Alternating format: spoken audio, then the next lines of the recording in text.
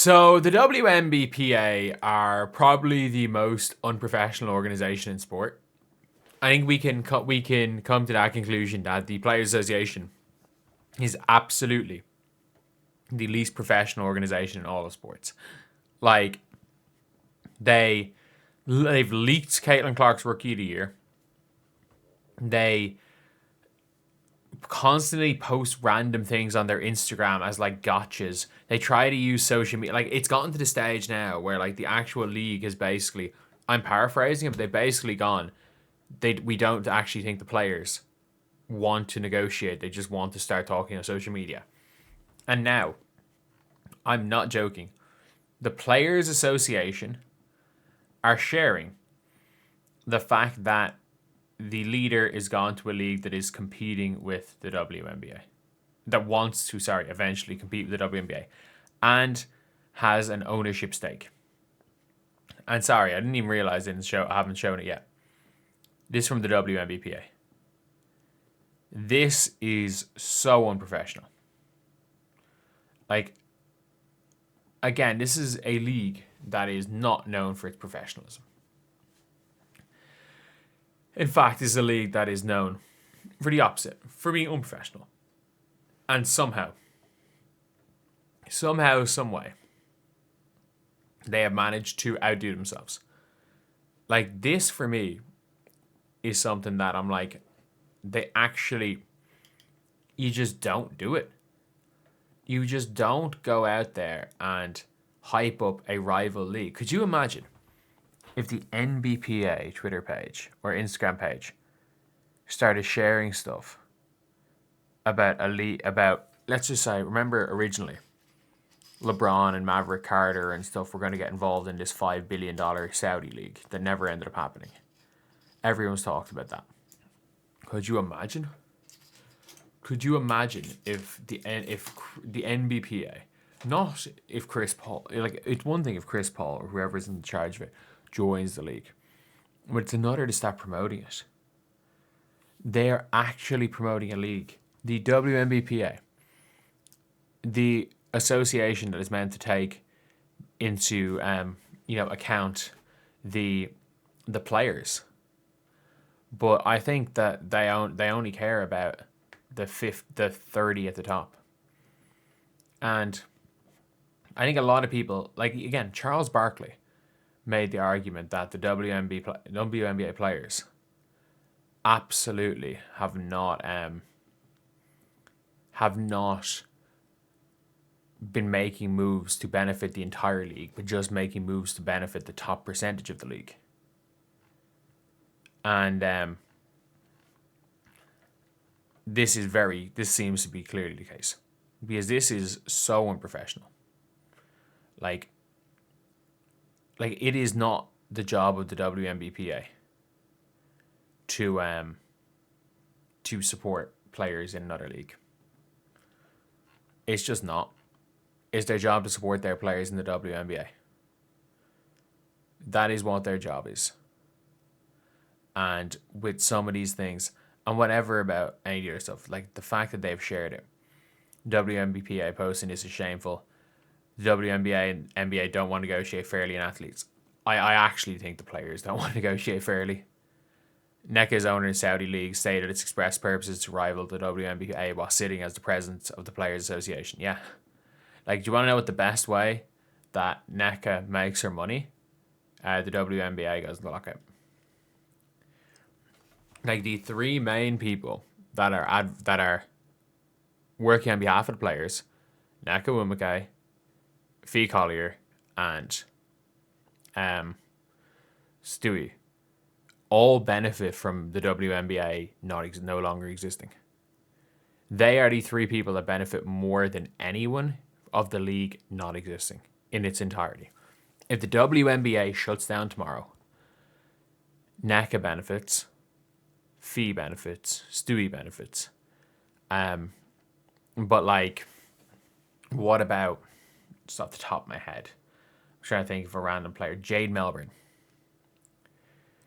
She's about to walk into a $300,000 a year contract in the WNBA with a proposal that they said was a slap to the face, but she will never earn $300,000 a year in any other league.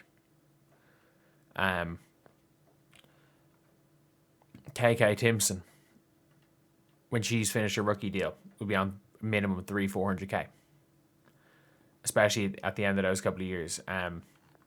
She'll never make six figures in any other league. She just won't. She just genuinely won't. We're now at the stage that it's just it looks like the players are absolutely only going for their own interests and not the interests of the players in the league. Because if we're being completely honest, there are so many conflicts of interest. And look, maybe Nneka Nwumeke is the greatest person in the world, and I don't know Nneka. I don't know her. But I find it hard to just make the assumption and to believe that everyone the people that are head of the unions are going to go against their best interest for the collective good. Especially when maybe they're both thinking, you know what, maybe we could, if the league doesn't exist, we could scale our league and it could help everybody. Because there's no way that they're not thinking about that. There's no way. And look, women's basketball is this close to turning into a gimmick sport. And no offense to this Project B League. They're trying, this is what happens when a non-sports person, like a non-basketball person, thinks they know ball. Because it's being ran, like, they're like, oh, we want to run it like tennis, and all the best players come to all these different places. And it's like, oh, we're going to have the US Open and the French Open and the Australian Open. And then they're all going to be these huge tournaments. Like, oh, we're going to have our major tournaments and our minor tournaments and try to play it like it's tennis. It doesn't work like that. It's not an individual sport. They're trying to treat a team sport like an individual sport. And it's just not. It's just never going to work. Like, this Project B League, I hope the players make all the money. I hope they make all the money. But this is what happens when somebody that doesn't know ball, doesn't know team sports, thinks they're the smartest person in the room, when 90% of the time they are the smartest person in the room, but in this 1% of situations, genuinely, this is like the 1% of situations where they're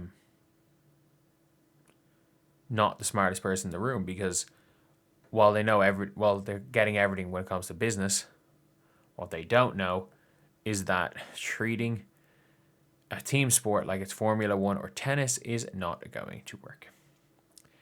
And not only that, again, the WNBPA are promoting this. The WNBPA are promoting a league that, and by the way, they only want 66 players. They want to replace the WNBA league for 66 players. They are promoting someone joining a league. And by the way, a sticking point in the CBA is exclusivity.